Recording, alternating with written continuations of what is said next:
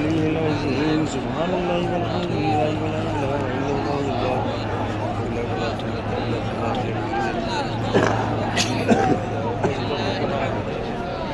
ربنا آتنا في الدنيا حسنة وفي الآخرة حسنة